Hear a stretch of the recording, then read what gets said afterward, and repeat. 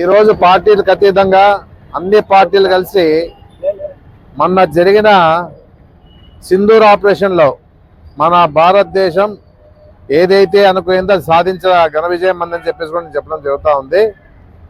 ఏదున్నా మన సత్తా ప్రపంచ దేశంలోనే అందరికీ తెలిసింది. రష్యాకి కానీ, అమెరికాకి కానీ, తర్వాత చైనాకి కానీ అందరికి కూడా మనం ఏమని తెలిసింది. ఎందుకంటే పట్టిన పట్టు విడిసే పరిస్థితి లేదు, వస్తే వదిలేదు. ఏదున్నా కూడా ఈరోజు సింధూర్ ఆపరేషన్లోనే ఏమైంది కూడా అందరికి తెలిసే విధంగా మన మోడీ గారు చేయడం జరిగిందని చెప్పేసి కూడా నేను చెప్పడం జరుగుతూ ఉంది. ఎందుకంటే ఎంతోమంది త్యాగాలు కూడా ఈరోజు ఆ యుద్ధంలో చనిపోయిన చాలామంది ఉన్నారు. వాళ్ళందరికీ కూడా నేను మౌనం పాటిస్తూ ఉన్నాం.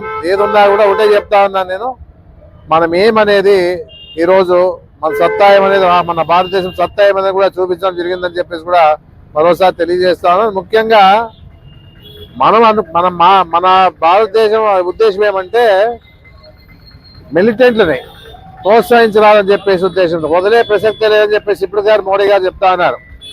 ఎన్నో తప్పులు చేశారు పాకిస్తాన్ వాళ్ళు, ఎన్నో తప్పులు చేశారు. ఎందుకంటే ఈ మిలిటెంట్లు ప్రోత్సహించడం ఒకటి, దాంతోపాటు మనకి సంబంధించిన కాశ్మీర్ కూడా ఆక్రమించుకోవడం ఒకటి, మళ్ళా మన దీంట్లో జరిగినటువంటి పహల్గామ్లో జరిగినటువంటి 26 మంది దారుణ హత్య చేయడం ఒకటి, ఇవన్నీ కూడా ఇప్పుడు దానికి బుద్ధి చెప్పే పరిస్థితి వచ్చింది. ఎందుకంటే ఏం చేశారు వాళ్ళ అమాయకులు? ఏదో టూరిజం పోయింటే పహల్గామ్లో జరిగినటువంటి 26 మందిని పుట్టలు పెట్టుకున్న ఈ మిలిటెంట్లకి పాకిస్తాన్ సపోర్ట్ చేస్తూ ఉంది. ఏదైనా కానీ అలాంటి వాడిని తరిమి కొట్టే పరిస్థితిలో ఉండే పరిస్థితి ఉండాలని చెప్పేసి ఇప్పుడు మన ఇండియా వాళ్ళకి బుద్ధి చెప్పే విధంగా ఈరోజు మన సింధూర్ ద్వారా తెలియజేసిందని చెప్పేసి కూడా నేను చెప్పడం జరుగుతూ ఉంది.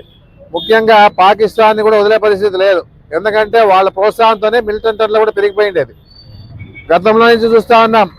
బిన్ లాడెన్లు అయితేనేమి, మసూద్ అయితేనేమి, ఉన్నటువంటి వీళ్ళంతా మిలిటెంట్లను కూడా సపోర్ట్ చేస్తూ వాళ్ళు ఆశ్రయం ఇచ్చే పరిస్థితి పాకిస్తాన్లో జరుగుతూ ఉంది. కాబట్టి 9 స్థావరాల్ని 25 నిమిషాల్లో మనోళ్ళు భారతదేశం సైనికులు వాళ్ళని ఛేదించడం జరిగిన పరిస్థితి కూడా ఉంది.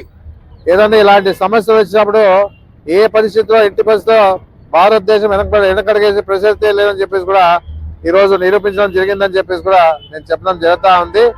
ఇక ఏదైనా కానీ పాకిస్తాన్ వాళ్ళు మిలిటెంట్ ప్రోత్సహించుకుంటూ పోయే పరిస్థితి ఉండదు. ఉన్నా కూడా భారతదేశం వదిలే పరిస్థితి లేదని చెప్పేసి కూడా చెప్పడం జరుగుతా. మంది బాగా స్ట్రాంగ్ ఉంది, మనతో ఆయుధాలు బాగున్నాయి, అన్ని రకాలుగా ఎదుర్కొనే శక్తి ఉంది. ఎందుకంటే శాంతియుతంగా పోతా ఉన్నాం మనం. ఏదున్నా కూడా గతంలో కొన్ని తప్పులు జరిగినాయి.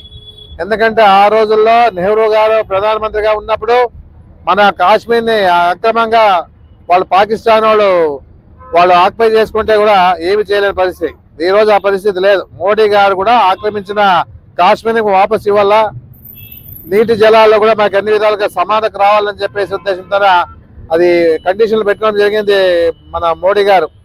ఏదున్నా ఏ దానికి కూడా వెనకడిగే ప్రసక్తే లేదు, మిలిటెంట్లు వదిలే ప్రసక్తే లేదు. దమ్ము ధైర్యం ఉంటే ఏదున్నా పోరాటం మేము ఎప్పుడు కూడా సిద్ధం ఉంది భారతదేశం.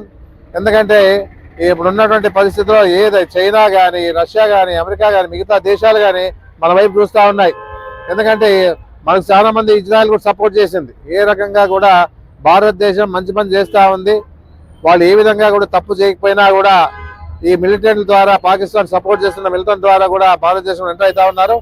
అక్కడ ఉన్న వారిని నరమేధం చేస్తా ఉన్న ఉద్దేశంతోనే ఈరోజు అన్ని విధాలుగా మనం యాక్షన్ తీసుకురాం. కాబట్టి మనకు గౌరవం మిగిలిందని చెప్పేసి కూడా నేను చెప్పడం జరుగుతూ ఉంది. అందుకు అనుగుణంగానే ఈరోజు మనం ఈ అందరూ పార్టీలకు అతీతంగా మనము ఆందోళనలో కూడా అందరు కలిసే ఈరోజు వాళ్ళకి మన విజయాన్ని తెలియజేసేదానికి కూడా ఈరోజు చేయడం జరిగిందని చెప్పేసి కూడా నేను తెలియజేస్తా ఉన్నాను. ఎట్టి పరిస్థితుల్లో మన సైనికులందరికీ కూడా నేను ఒకటే